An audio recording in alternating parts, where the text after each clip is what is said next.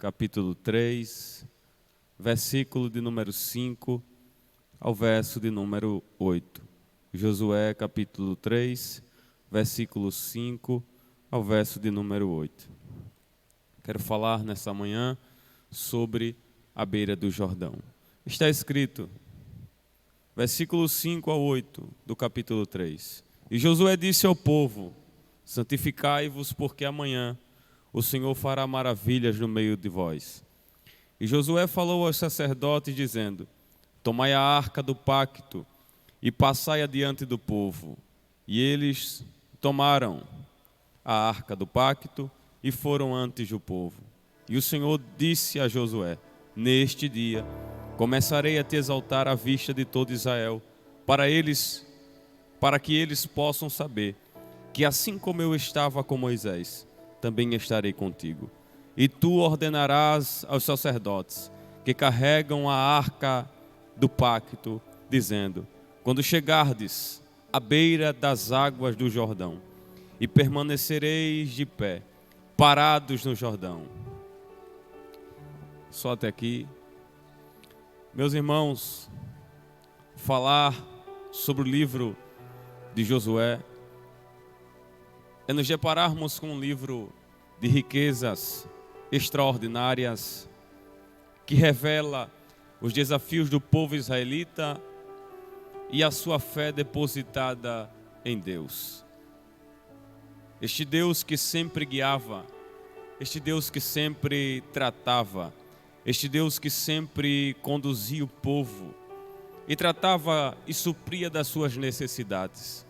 Haja vista que esta nação é uma nação eleita, escolhida pelo próprio Deus.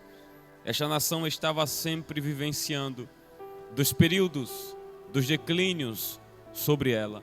O primeiro declínio que sempre permeou Israel é o declínio moral.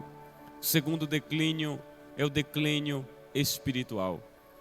Moralmente o povo estava desvalorizando a presença.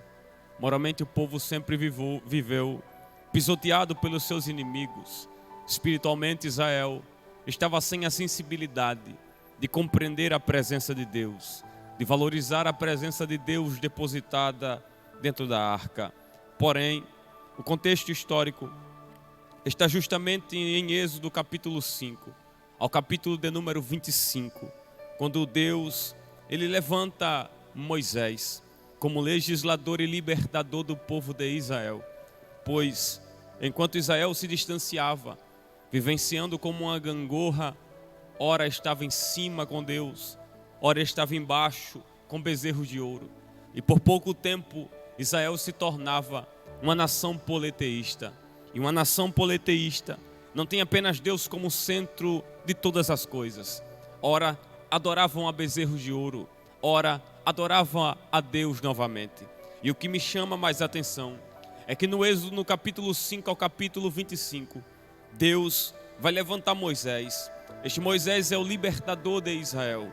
Este Moisés é aquele mesmo que ouviu da própria boca de Deus dizendo: vai até o Egito, vai até Faraó e fala para ele que o Eu Sou te enviou aqui. Você vai libertar, você vai pastorear, você vai conduzir. Este Moisés é aquele que diante dessa nação, uma nação que sempre vivenciou os cuidados de Deus aqui na terra, uma nação que mesmo na desobediência, no declínio moral e espiritual, nunca Deus abandonou a Israel. A desobediência permeava, e por mais que eles descartavam a presença de Deus no meio deles, a presença e o amor de Deus nunca se distanciou de Israel. Pois eu amo dizer que a escolha de Deus para Israel, ela não é uma escolha de baixo para cima, ela é uma escolha de cima para baixo, porque Deus quem escolheu, Deus quem separou, Deus quem levantou no livro de Juízes tantos homens, até uma mulher, para tratar com este povo. Mas a desobediência, a decadência moral e espiritual sempre permeou, e Moisés tem a responsabilidade que pesa sobre os seus ombros de conduzir o povo, e não só isso, mas também de fazer os utensílios da Arca da Aliança. E todos nós sabemos que a Arca da Aliança ela representa a presença de Deus depositada dentro da arca. Pois dentro da arca tem a vara de Arão que floresceu. Dentro da arca tem o pote com maná. Dentro da arca tem as tábuas da lei. Então tudo se volta para a presença de Deus depositada na arca. E o segredo é ter a arca ainda. Enquanto a geração estava passando o que era de Moisés. Pois Moisés, por ser um homem da primeira geração, da geração que vivenciou prodígios e maravilhas por intermédio da arca. Pois a arca foi o segredo de batalhas que eram na lógica humana limitada, seria impossível de vencer. Mas o segredo é ter a arca. E Moisés, por ser um homem da primeira geração, da geração do choro, da geração do gemido, da geração do joelho dobrado, da geração da face no pó, da geração que compreendia e valorizava a presença de Deus depositada dentro da arca. E Moisés, por ser um homem da geração da sensibilidade, da geração que vivenciou prodígios e maravilhas por intermédio da arca, Moisés, ao ser guiado pela arca, ao ser conduzido pela arca, pois foi através da arca que o mar vermelho pôde se abrir em duas partes e o povo israelita passar a pé enxuto no meio do mar vermelho, e Miriam cantar do outro lado e dizer que só o Senhor é Deus. Foi por meio da arca que eles venceram batalhas que na mentalidade lógica simples humana seria improvável de vencer.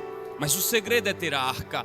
E o detalhe aqui é que ainda não era o período monarca. Aqui ainda imperava o período da teocracia, o período do governo de Deus estabelecido na terra. Não tinha Davi, não tinha Saul, não tinha Salomão, não tinha Nadab, Bazã, Acabe, Orim. Não precisava de homem ainda em 1 Samuel no capítulo 8 para sentar no trono, para levantar um homem. Não precisava de 1 Samuel capítulo 16, não precisava de nenhum homem ainda para sentar no meio do povo. Não precisava de nenhum sacerdote pedir para Deus um novo rei para sentar no trono de Israel. Pois aqui era o próprio Deus quem ditava a regra. Era Ele quem conduzia, era Ele quem levava, era Ele quem conduzia, era Ele que edificava. Pois quando Deus ele está no controle, é Ele quem leva, é Ele quem separa, é Ele quem conduz, é Ele quem tem um domínio da vida do homem na palma da sua mão. Quando Deus está no controle, é Ele quem tem a rota e a trajetória da vida do homem. Em 1 justamente Reis, no capítulo 19, Elias foi para o deserto de Berseba, deita debaixo de um pé de zimbro, e Elias vai orar, e a oração de Elias foi: me mata. E ao invés da morte chegar, o dono da vida aparece para ele em uma forma teofânica, através de um anjo, e diz: Elias, come e beba, porque a jornada é longa e você não pode parar. Quando Deus está no controle, ainda é dele a última palavra. Marta envia em João 11 o mensageiro e diz: aquele a quem tu ama está padecendo, está morrendo. Mas quem tem a última palavra e não perdeu o domínio das coisas, ele olha para o mensageiro e diz: isso não é para a morte, mas é para a glória de Deus. Logo após passar um inteirinho de tempo, e 2 dias Jesus no mesmo lugar, Cristo agora vai entrando em Betânia. Marta olha para ele de longe e diz: se tu tivesse aqui, meu irmão não teria morrido. Mas o Deus que não perdeu o domínio das coisas, o Deus que ainda tem o domínio da vida do homem na palma da sua mão direita, ele olha para Marta e diz: isso não é para a morte, eu já te falei, mas eu vou te explicar de novo. O teu irmão, ele vai ressuscitar. Marta diz: eu sei que ele vai ressuscitar no dia. Jesus diz: não precisa de dia, não precisa de hora, nem muito menos de ano. Eu sou a ressurreição e a vida. Quando Deus está no controle, é Ele ainda que envia urubu com carne no bico para alimentar um servo seu. Quando Deus está no controle, é Ele que abate o soberbo e exalta o pobre do monturo. Quando Deus está no controle, é Ele quem tem o domínio da mentalidade do homem na palma da sua mão. Este Deus é aquele mesmo em Mateus 14, que enquanto os discípulos se atemorizavam no meio do mar, o vento e as ondas cobriam o barco, e Ele vem e faz questão de vir andando sobre as águas, para mostrar que Ele não perdeu o domínio do remo e das coisas ainda. Pois Hebreus diz que Ele é o mesmo que foi ontem, e é o mesmo que é hoje, e é o mesmo que será eternamente. Ele não perdeu o controle das coisas. Este Deus é o mesmo Deus que vai levantar um homem por nome de Moisés. E Moisés vai ter que ir até o próprio faraó no Egito, para libertar o povo, pela própria palavra que Deus ditou e disse: fala que eu sou a garantia. Ele vai libertar o povo da opressão maligna e diabólica de faraó. Quando ele liberta o povo, Moisés estava justamente trazendo no meio daquela coletividade. O Isber vai dizer que era aproximadamente quase 3 milhões de pessoas que foram saindo da escravidão do Egito para entrar a caminho do propósito da terra prometida. O que me chama a atenção é que no meio daquela coletividade de pessoas, no meio daquela multidão de gente que estava saindo da escravidão da mão de Faraó, aquele mesmo Faraó que disse: se este povo permanecer aqui, se este povo permanecer de pé, se tornará maior do que nós. Aumente as cargas horárias, pode descer o chicote no lombo do povo. Este mesmo povo estava sendo liberto da opressão maligna e diabólica de Faraó. Haja vista que quando este povo vai saindo do ambiente da escravidão, vem dentre este povo um moço chamado Oséias, que em Números capítulo 17, salvo engano, a Bíblia diz que este moço é filho de Num. E este homem chamado Oséias, Moisés vai mudar a sua identidade de Oséias, que significa salvação. Seu nome se chamará Josué.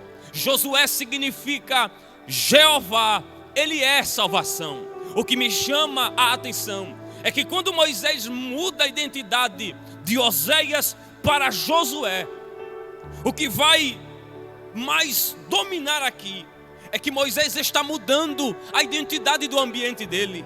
Do escravidão do Egito se chamará Oséias, mas ao sair da escravidão do Egito, a permear para um propósito da terra prometida, se chamarás agora Josué. E não sabia Moisés que este mesmo Josué estava sendo preparado por Deus e Moisés para se tornar o sucessor de Moisés.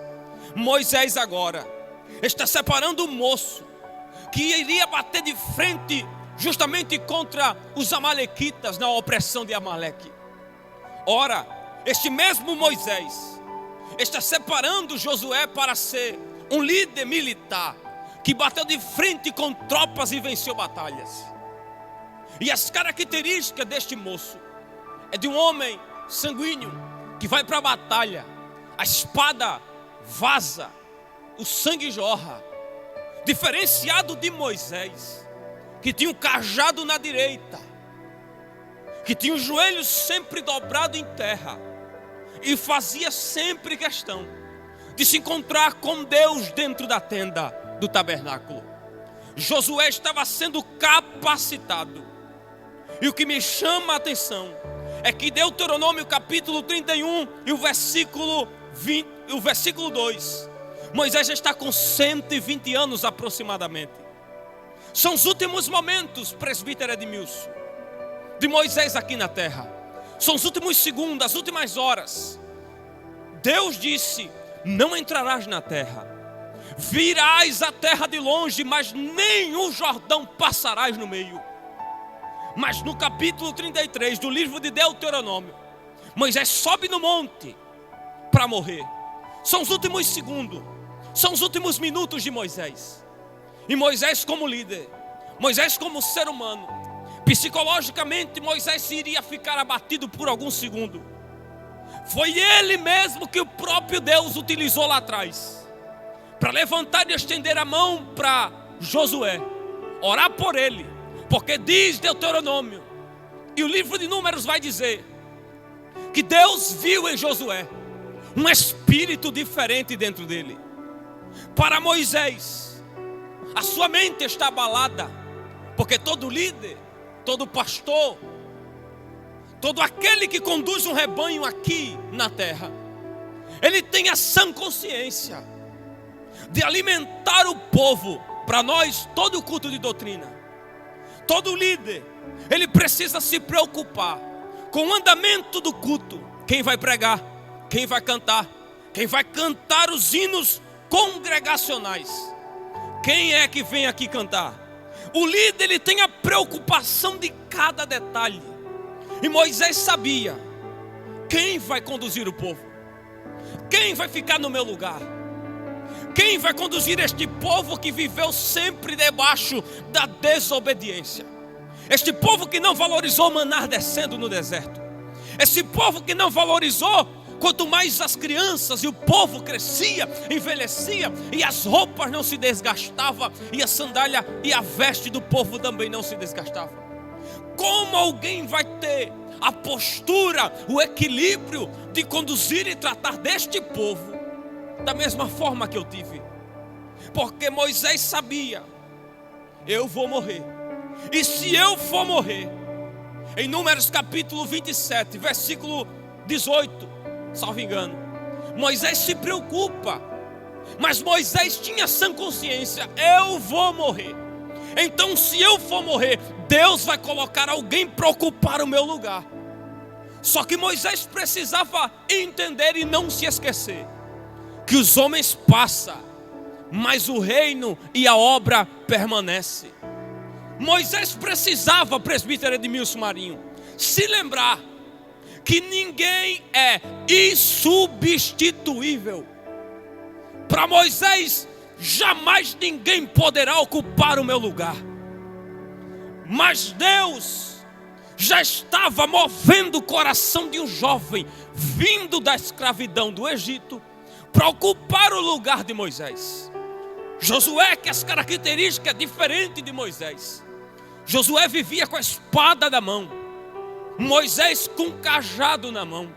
Olha a diferença de alguém da batalha para alguém que pastoreia, alguém que sempre entrava para ouvir a Deus, conversar com Deus. E para Moisés, jamais Josué poderá ocupar o meu lugar. Para Moisés não, mas para Deus sim. Para Moisés, Josué é meramente mais um moço. E diz alguns historiadores, alguns eruditos vai dizer, que Josué já estava com 82 anos aproximadamente aqui. Um moço de 82 anos, que vivenciou batalhas ao lado de Moisés, que viu a presença de Deus movimentando o ambiente no meio do povo.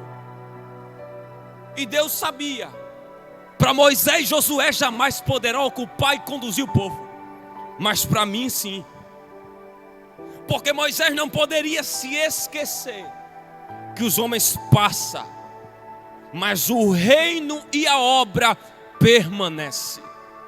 Diz a Bíblia que vem uma geração, presbítero Edmilson, e vai outra, mas o reino permanece.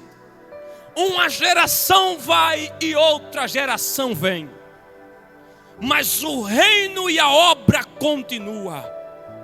Jesus despedindo dos discípulos, ele disse: vocês farão obras maiores do que eu fiz aqui na terra.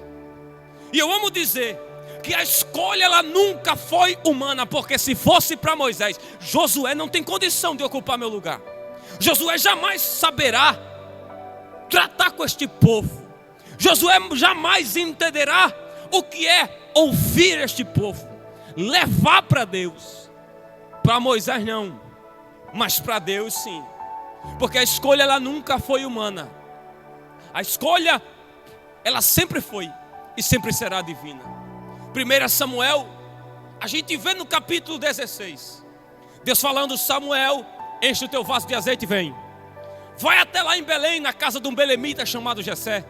Lá dentro eu tenho provido de um rei. Deus não falou o nome, Deus não falou qual era a aparência, mas para o velho Samuel, o novo rei que ocuparia o lugar de Saul seria semelhante a ele. Porque Saul, a Bíblia diz que ele sobressaía. A beleza, a postura, a forma de guerreiro para a batalha era aquela ali. O modelo de rei para Samuel era aquele que era Saul. Ele vê Eliabe, e Deus não disse para no meio do caminho. Deus disse: vai até a casa de Jessé. Mas ele para no meio, abre a boca e diz: estou perante o novo rei, Deus.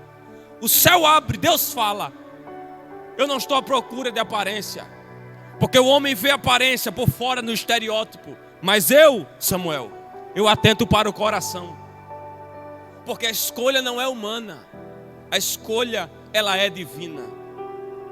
Paulo vai dizer que Deus pega as coisas loucas deste mundo, as mais desprezíveis, para confundir as que pensam que são alguma coisa. Porque a escolha, Moisés, nunca foi humana. A escolha sempre foi e sempre será divina. Moisés precisava, presbítero Edmilson, entender que os seus pés e a linha da onde chegaria os seus pés já estava afinado, fixado, finado, colocado ali pelo próprio Deus. Deus estabeleceu uma linha até onde os pés de Moisés chegariam. E outra coisa, não precisa Moisés delirar que ele não é substituível. Para todo Moisés que vai, Deus tem sempre um Josué que fica. Para todo Moisés que vai embora, Deus tem sempre um sucessor para colocar no seu lugar. Moisés não precisava delirar, porque o que é de Moisés é só de Moisés, e o que é de Josué é só de Josué. Aquele, eu sei que era difícil, porque não tem como ocupar o lugar de um líder, presbítero Edmilson, que viu a sarça pegando fogo e não se consumia.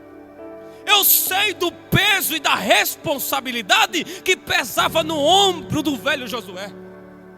Aquele mesmo que Deus disse: com outro eu falo de qualquer forma, mas com Moisés é face a face, é cara a cara.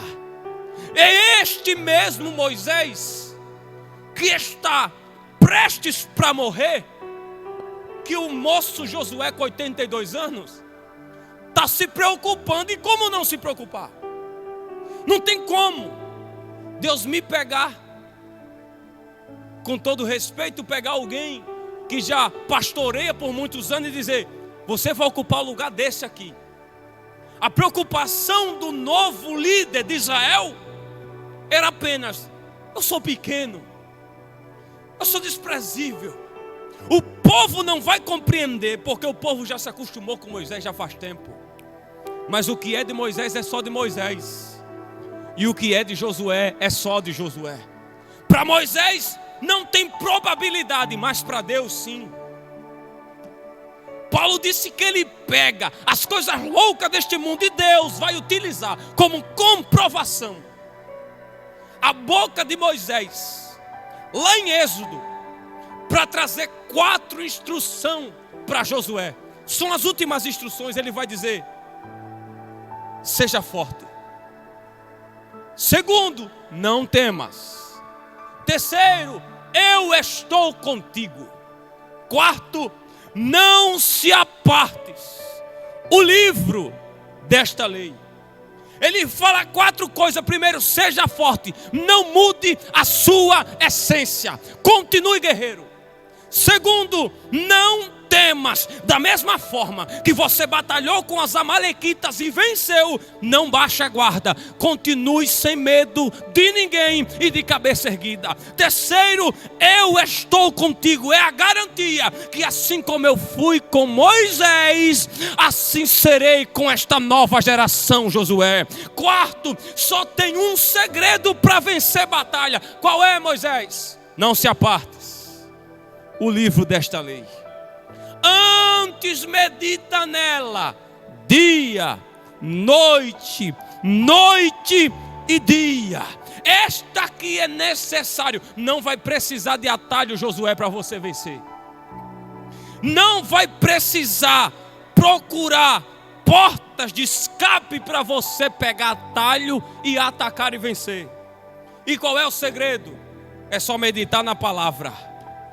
Porque só a palavra é quem pode trazer firmeza para o homem permanecer de pé. Marcos 13, versículo 31. Os céus e a terra eles passam, mas as minhas palavras não passará. Porque só a palavra é que pode justamente sustentar o homem para permanecer de pé. Mateus 4, versículo 4: nem só de pão viverá o homem, mas de toda a palavra que sai da boca de Deus viverá o homem. Porque só a palavra é quem dá o trajeto e a bússola para o homem caminhar na terra. Salmo 119, versículo 105: lâmpada para os meus pés é a tua palavra, luz para o meu caminho é a tua palavra. Josué precisava compreender: não vai precisar pegar atalho, Josué, porque esta palavra aqui, ó, ela é mais penetrante do que uma espada de 2 gumes, Josué. E ela corta para lá, ela corta para cá, ela corta de lá para cá e de cá para lá. E aonde ela pega, ela causa alguma coisa. Mas eu sou pequeno. Deus disse para Jeremias, capítulo 1, versículo 9: eu ponho o que? As minhas palavras na tua boca. Quando você falar, não é você mais, sou eu quem vou falar. Quando você for para a guerra, não é você que vai guerrear, sou eu. Porque eu vou quebrando o arco, eu vou jogando o carro no meio do fogo. Eu estou contigo. E assim como eu fui com Moisés, assim também serei contigo, Josué. Não te espante, Josué. Não tenha medo, Josué. Não precisa se preocupar. Moisés morre, Josué ocupa. Quando Josué ocupa o lugar de Moisés, Josué sabia e viu o peso da responsabilidade. Josué sabia: é difícil, é doloroso. Mas só pode, presbítero Edmilson, conduzir alguém até o Jordão quem primeiro passou pelo deserto.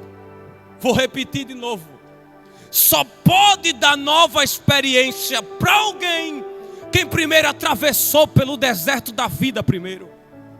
Paulo disse, antes de aparecer para Pedro, João, os discípulos: eu não fui direto para Jerusalém, eu fui para o deserto da Arábia. Porque antes do propósito do Jordão, tem sempre o deserto para a gente atravessar primeiro. Quando Josué ocupa o lugar de Moisés, Josué vai abrir a boca, porque ele sabe: não é porque Moisés morreu que eu posso primeiro ocupar o lugar dele. Não é porque Moisés morreu. Moisés era um homem de intimidade, na minha conjectura. Era Josué abrindo a boca e dizendo: não é porque Moisés morreu que eu posso de primeiro sentar no lugar dele. Porque Deus sempre tem alguém preparado na última hora. E Deus vai dizer, para animar Josué no capítulo 1: Josué, levanta-te, meu servo Moisés morreu faz tempo. Porque como não sabiam para onde o corpo dele foi colocado ou levado, alguns eruditos vão dizer que a preocupação também domina a mente de Moisés, de Josué. E para o povo, Moisés estava vivo ainda. Aí Deus vem no capítulo 1 do livro de Josué e diz: Josué, levanta-te, o meu servo Moisés já morreu. Perceba que enquanto Moisés estava vivo, Deus não falava com Josué. Mas quando Moisés morreu, a Bíblia diz que veio a palavra até Josué e disse: meu servo Moisés já está morto. Porém, Deus precisava trazer uma injeção de ânimo, assim como fez com Abraão. Abraão riu, Sara riu, e não acreditava na impossibilidade de Sara gerar um menino. E pior, que fosse da promessa. Até que ele abriu a boca e disse: aquele que está na minha casa será herdeiro de todas as coisas aqui. E diz o texto diz que Deus chega até Abraão e diz: Abraão, eu sou o teu escudo e eu sou o teu galardão. Deus vai chegar da mesma forma para Josué e diz: Josué, agora levanta e vai sobre este Jordão. A palavra sobre no dicionário Aurélio é: você está por cima, não tenha medo. Deus vai dizer: a terra eu vou te dar. Isso é extraordinário. Ele não diz: a terra eu te darei. Está na Bíblia que aparece por pouco tempo a expressão da palavra eu vou dar, ou eu já tenho vos dado a terra. Deus vai continuar movendo, impulsionando a Josué e vai dizer: toda a terra dos heteus, não haverá um homem, Josué, perante você. Não haverá ninguém que possa bater de frente contigo para permanecer de pé, porque eu vou estar do teu lado. E assim como eu fui com Moisés, assim também serei contigo, Josué. Assim como eu usei a primeira geração, assim também eu estou utilizando essa nova geração, Josué. Para Josué seria improvável Deus utilizá-lo, mas Deus é Deus de oportunidade. A oportunidade de Josué era conduzir o povo, entrar na terra prometida, atravessando o Jordão.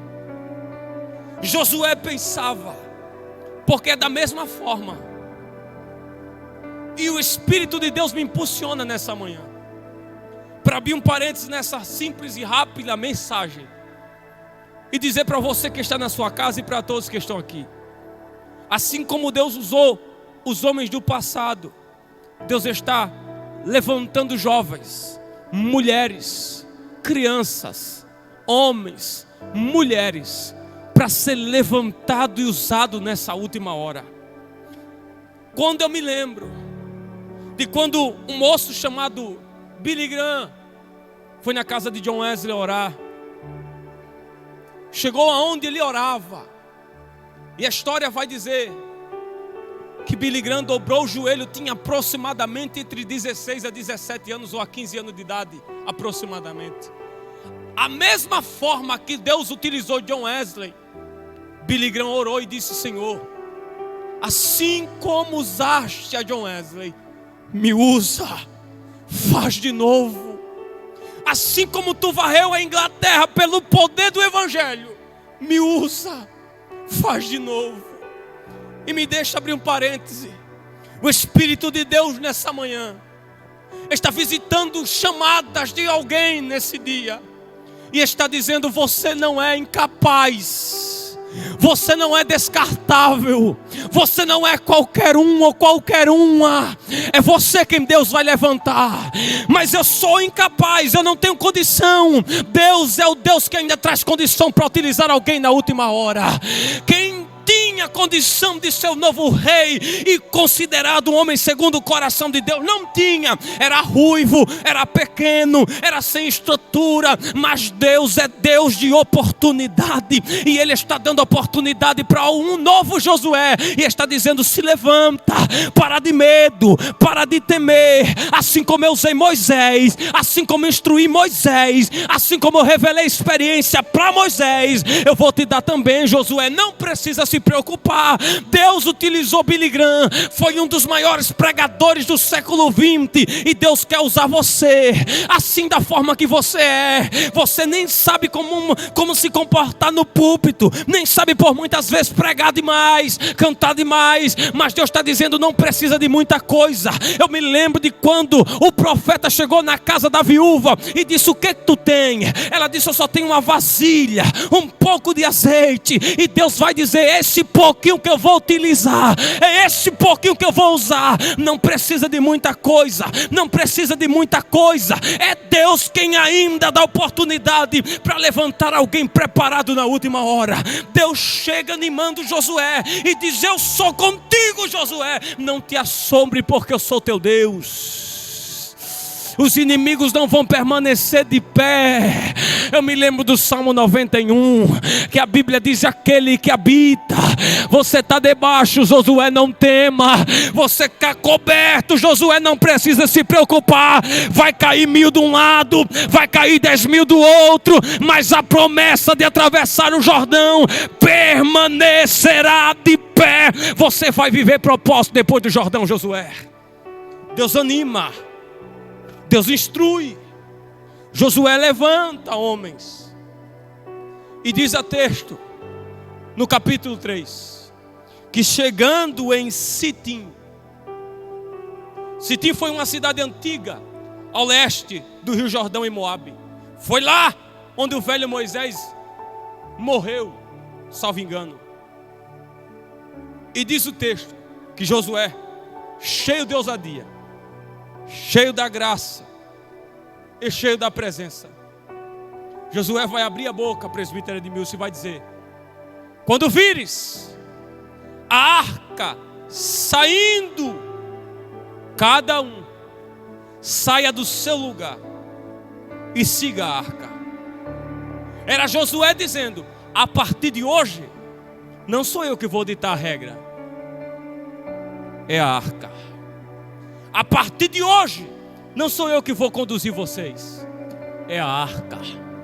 A partir de hoje, quem quiser viver o melhor depois da beira do Jordão, levante do seu lugar e siga a arca. É a arca que vai conduzir vocês. E nesse capítulo, no livro de Josué, aparece 16 vezes a expressão da palavra arca. A arca é citada 16 vezes no livro de Josué. Era Josué dizendo: não é você quem diz as suas próprias escolhas agora, é a arca. Não é você que determina para onde vai para a esquerda e para onde vai para a direita. A partir de hoje, é a arca que vai guiar vocês. É a arca que vai conduzir vocês. Pois para alguns, no padrão da sua vida, ninguém manda em mim, ninguém dá ordenança em mim. Para alguns, pastor não dita os meus passos, pastor não manda nos meus padrões de escolha de amizade, de relacionamento. Para alguns, se for para cantar esse hino, eu não vou cantar. Se for para usar essa camisa, eu não vou usar. Só que isso é para quem está fora do padrão da terra prometida. Mas quem quer se enquadrar no padrão da travessia do Jordão, tem que sair do seu lugar e deixar a arca conduzir a sua vida. Josué está instruindo e ensinando para o povo a primeira coisa: quer viver coisa extraordinária depois do Jordão? Ande debaixo de obediência. Porque só quem quer atravessar o Jordão anda debaixo da obediência de Deus. Quer viver coisa nova na terra prometida, mas não dá a paz do Senhor para o irmão. Quer viver o melhor depois do Jordão na terra prometida, mas não abraça o irmão. Quer estar lá vivenciando coisa nova do outro lado da beira do Jordão, mas troca de calçada quando o irmão passa. Porque existe dois grupos, pastor Edmilson. O primeiro é o que discorda de tudo. O segundo é aquele que mesmo com pouca força, mas procura obedecer. O primeiro grupo é aquele que diz: não aceito, não concordo. Quem é Josué para dar regra na minha vida? Só que esses são um grupo dos desobedientes. E desobediente não entra no padrão da terra prometida. O salmista disse: o quão bom e quão suave é que os irmãos vivam em união. Então lá vai, quer atravessar o Jordão? Quer viver coisa nova depois da beira do Jordão? Ande primeiro debaixo de obediência e depois debaixo de união. Porque cada um, diz o texto, precisava se levantar do seu lugar e deixar a arca conduzir a sua vida. Aquele que está com pouca força, mas decide obedecer, é aquele que sabe que a luta antes de chegar na beira do Jordão e atravessar o Jordão, chegar na terra prometida, foi doloroso, mas foi proposital. Josué sabe que nem todo mundo vai lhe obedecer, mas ele diz: quer viver coisa nova? Cada um saia dos seus paradigmas da vida e deixa a arca guiar você. Quer viver coisa nova? Levanta, deixa a arca conduzir você. Quer cantar diferente depois do Jordão? Levanta, deixa a arca conduzir você. Quer ser selecionado para o reino? Levanta, sai dos teus paradigmas, quebra o protocolo da lei da tua vida e deixa a arca guiar você. Certa vez o filho pródigo saiu da casa e disse: a partir de hoje eu quero tudo que me for direito. Para ele não era mais a presença do pai que regia, eram suas próprias escolhas. Mas ao sair, gastando tudo, quebrou a cara, na nossa linguagem. Foi para o meio do lamaçal dos porcos e desejou comer comida e se não comeu. Mas ele se lembrou: pequei contra o céu e perante meu pai. Era ele dizendo: eu estou com saudade da arca guiar a minha vida. Não consigo mais viver nos meus paradigmas da vida. A arca tem que guiar meus passos. A arca tem que conduzir a minha trajetória. A arca tem que guiar os meus caminhos. Josué estava dizendo: quer viver coisa nova? Levanta, deixa a arca guiar vocês. Contudo, haverá uma separação de limite. Qual é, Josué? Não ande muito longe da arca e nem ande muito perto da arca. Primeiro, não venham próximos dela, porque vocês não sabem o caminho que ela vai trilhar. Vocês nunca passaram por ela. Ou seja, é um caminho novo, presbítero Edmilson. Nunca vocês pisaram seus pés. O caminho que vocês conhecem é só o deserto. Mas tem um caminho novo aí preparado, que Deus falou para Abraão, Deus falou para Moisés e agora falou para mim. E vocês vão ter que viver esse caminho novo hoje. Porém, haja entre vocês e a arca um limite. Não ande muito perto para não descobrir. Deixe a arca guiar vocês. E Josué vai abrir a boca e vai dizer: santificai-vos, porque amanhã o Senhor fará maravilhas no meio de vós. Eles chegam na beirada do Jordão e Josué vai liberar a palavra santificai-vos. A palavra santificar na etimologia bíblica é separar, tornar santo, o processo de separação. Ou o Isber vai dizer, e Champlin vai dizer, e alguns eruditos, que é lavar a roupa. Ou seja, trocar a roupa velha e vestir uma roupa nova. A terra era nova, o caminho era novo. E como continuar num caminho novo, num trajeto novo com roupa velha? Era Josué dizendo: está na hora de abandonar as velhas roupas e práticas do Egito e viver no padrão da terra prometida. Há alguns que dizem: eu sou assim, nunca vou mudar. Quer viver coisa nova? Lava as roupas velhas, coloca uma roupa nova e começa a ser conduzida pela arca hoje. Mas eu sou assim, vou morrer assim. Fica nesse padrão. Mas eu vim pregar para quem ama o caminho da graça, porque tem dois caminhos, o da lei e o da graça. Eu sempre falo isso. O da lei é aquele que fica dizendo: eu sou, eu posso, eu quem tenho a ditar quebrantada da regra da minha vida. Só que o da graça está dizendo: eu estou quebrado, mas eu vou fazer de tudo para trocar roupa e deixar a arca guiar minha vida. Santificar separa hoje para viver o novo daqui para o amanhã. Deus disse para Josué a única coisa: você só precisa caminhar, Josué.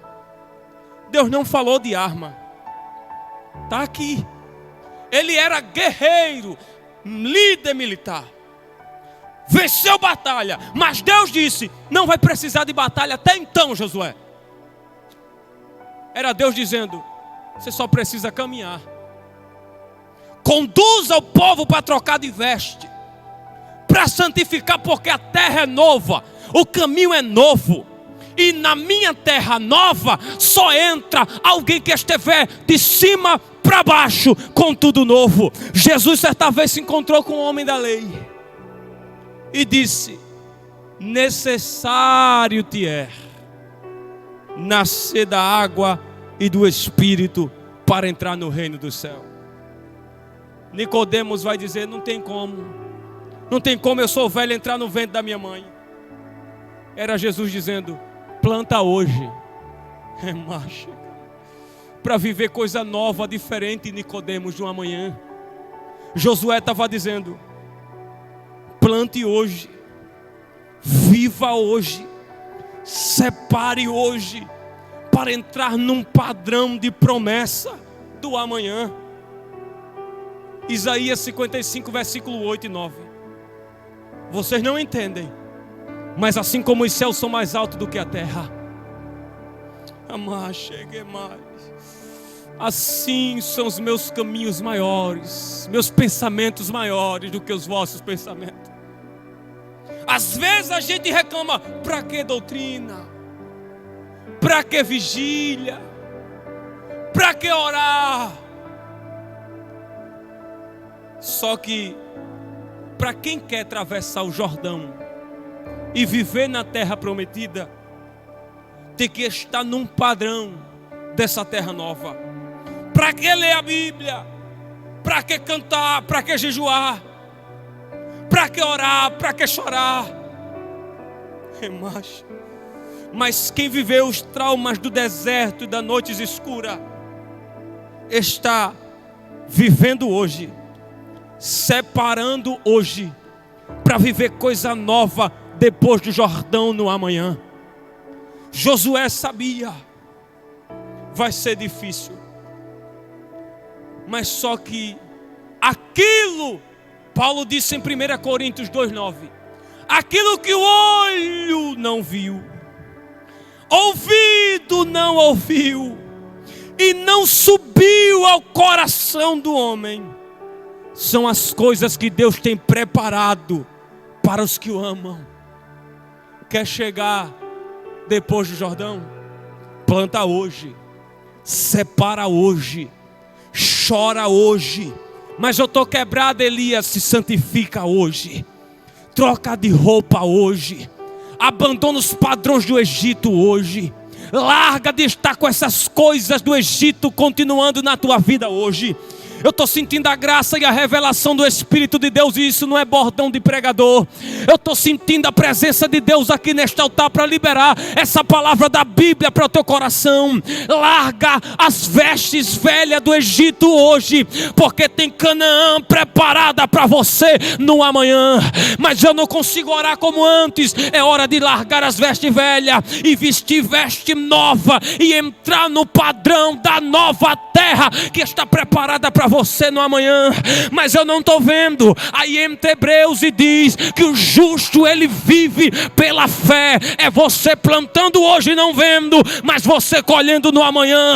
E todo mundo vai saber que você mudou, que agora a essência não é do Egito, a essência é da nova terra. E só quem é da nova terra, ele é diferente de quem é da terra antiga. Na terra antiga você vivia: ninguém me manda, ninguém me pode, eu sou quem controla minha vida. Só que a partir do momento que a roupa é mudada, que os padrões são mudados e Deus está conduzindo sua vida, quem dirige é Deus, quem conduz é Deus, a porta fechada é Deus, quem tem o domínio a partir de hoje, de alguém que está plantando hoje, ainda é Deus para colher no amanhã. Josué está dizendo: santifica hoje, para viver coisa diferente no padrão do amanhã. E Deus disse: eu vos dou a terra, eu tenho dado. Era Deus dizendo: Josué, não vai precisar batalhar agora não. Porque tem guerra, presbítero Edmilson Marinho, que a gente não luta nem com espada e nem com escudo. Tem guerra é que a gente só precisa caminhar, e a terra já está preparada para a gente, ó, pisar. Eu vou dizer de novo. Deus disse para o velho Abraão: Abraão, sai da tua terra, meu filho, do meio da tua parentela. Eu tenho uma terra nova para você aí. Não teve GPS para Abraão. Deus só disse: tem algo novo, ou você segue ou você não vive coisa nova.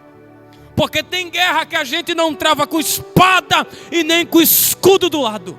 Tem guerra é que a gente só precisa caminhar, e a terra já está preparada para a gente pisar, para a gente viver.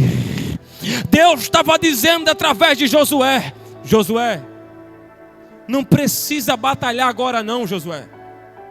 Caminha, vai, dirige o povo.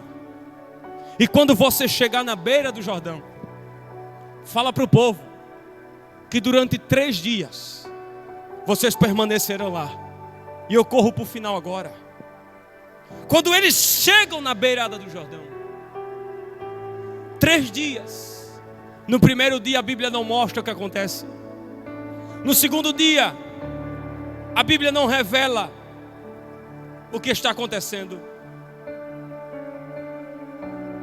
Só que Josué vai dizer para o povo: chegai-vos à beira do Jordão, permanecerdes em pé e parados. Aí Deus vai entrar em cena, porque sempre na beira do Jordão alguma coisa acontece. Quando Deus disse: Josué, não precisa batalhar não, porque a terra eu vos tenho dado, era a garantia, eu vos dou. E no dicionário essa palavra dado ou vos dou só precisa chegar e tomar posse. Você não vai batalhar. Por quê? Porque enquanto você caminha, eu estou quebrando o arco, eu estou jogando o carro, Josué, no meio do fogo. E eu estou dando uma ordem no Salmo 46, versículo 10: aquietai-vos e sabeis que eu sou Deus. Quando Josué chega à beira do Jordão sem batalhar, sem usar lança, sem usar espada e sem usar escudo, ele para e dá ordem: permanecerem de pé e parados. Por quê? O Isber vai dizer que não tinha lógica e nem condição, nem probabilidade nenhuma deles construir barcos naquela última hora. Não tinha os utensílios para eles preparar. Não tinha condição de preparar barco, e nem muito menos afiar as espadas e nem as armas, porque do outro lado estava os inimigos, cananeus, heteus, heveus, fariseus. O que me chama a atenção é o que está acontecendo do outro lado do Jordão, presbítero Edmilson. O texto não mostra, mas Deus disse: eu vos dou a terra. E no começo ele disse: eu vos dou a terra dos heteus. E do outro lado estava os heteus, heveus, fariseus, e Gergazeus. Quando este grupo estava do outro lado, aí sim a guerra iria começar. O que estava acontecendo enquanto Josué estava parado 3 dias com o povo na beira do Jordão? De pé e parados. O que estava acontecendo do outro lado? O texto não mostra. Mas eu perguntei para o Espírito Santo o que estava acontecendo. E o Espírito de Deus me lembrou do que Deus havia falado para Josué. Ele disse: eu vos dou a terra, eu vos tenho dado. Ou seja, Deus não falou de arma no capítulo 1. Só no capítulo 2 é que acontece a invasão e Raabe é salva com a sua família. Mas aqui na beira do Jordão, Deus não falou de arma mais para Josué. Eu vos dou, eu vos tenho dado. O Espírito de Deus me revelou que enquanto Josué caminhava, os inimigos já estavam derribados do outro lado. Enquanto Josué trilhava os passos e trajetos, aqui Deus estava dando garantia do outro lado para Josué. Eu vos dou, eu vos tenho dado. Lembra no começo quando Deus disse: não terá um homem, Josué, de pé para bater de frente contigo, para ficar vivo.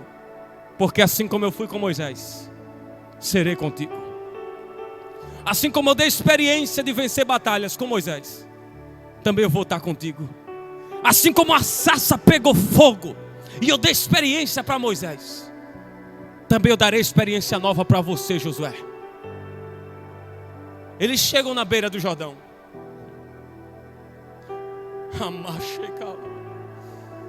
Porque todo chamado sempre se inicia na beira do Jordão. Lembra de quando Joquebede pegou o menino, colocou dentro do cesto? Aonde ela colocou o menino? Na beira do rio Nilo, salvo engano. Na beira do rio. Porque todo ministério começa na beira. Não é no meio, nem muito menos no fim. É na beira do Jordão. Quer chorar? Chora na beira do Jordão. Quer pregar, quer cantar, quer se encher da presença? É primeiro na beira do Jordão. Foi na beira do Jordão que Joquebede colocou Moisés. Foi na beira do Jordão, foi na beira do Jordão, foi na beira do Nilo que Moisés foi encontrado pela filha de Faraó.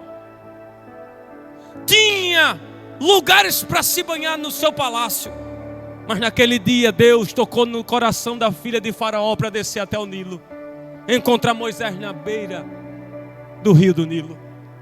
Foi na beira do Jordão, onde justamente João Batista, que vinha pregando no deserto da Judéia, e a pregação de João era: arrependei-vos.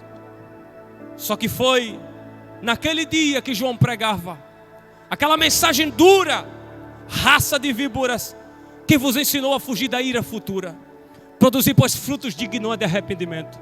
Naquele dia, na minha conjectura, Jesus estava no meio da fila, na beira do Jordão. Quando ele é emergido nas águas, retirado, alguma coisa no Jordão acontece. O céu abre. O Espírito Santo em forma corpórea de uma pomba pousa sobre Jesus. E Deus vai falar. É no Jordão. É no Jordão onde Deus nos dá as maiores experiências de vida. 2 Reis capítulo 2, versículo 14. Quando Elias foi arrebatado ou levado, Elias disse: Eliseu, difícil coisa pediste, a capa, a porção. Mas eu vou te dizer uma coisa: quando você vir eu ser levado, se tu conseguir pegar a capa, Eliseu, vai ficar contigo. E esta capa será a garantia do Jordão abrir, Eliseu. Em 2 Reis capítulo 6, versículo 6, quando o machado flutua, foi no Jordão. Porque todo processo de promessa se inicia na beira do Jordão da vida. 2 Reis, capítulo 5, versículo 10 ao 14. Naamã precisava 7 vezes se banhar na beira do Jordão, porque o Jordão nos dá experiência que outros ambientes não dá. Quando eles estão na beira do Jordão, sem batalhar, sem guerrear, do outro lado, Deus estava preparado a terra para Josué e o povo pisar. Não tinha como construir barco da última hora para ir atravessando e os inimigos não ouviam o barulho. Porque quando a gente vai para um rio, a gente ouve o barulho da braçada de quem está nadando. Do outro lado, os inimigos preparados poderiam ouvir o barulho se ele mandasse espias novamente. Os espias iriam nadando e faria barulho nas águas, pelas batidas dos braços. Não dava para montar embarcação, senão os inimigos vinham de lá para cá, destruir todo aquele povo. 3 milhões aproximadamente de pessoas na responsabilidade de Josué. E agora, Josué vai dizer para os sacerdotes pegarem a arca, erguer a arca. E quando eles estão na beira do Jordão, por isso que eu disse que plantar hoje é viver coisa diferente do amanhã.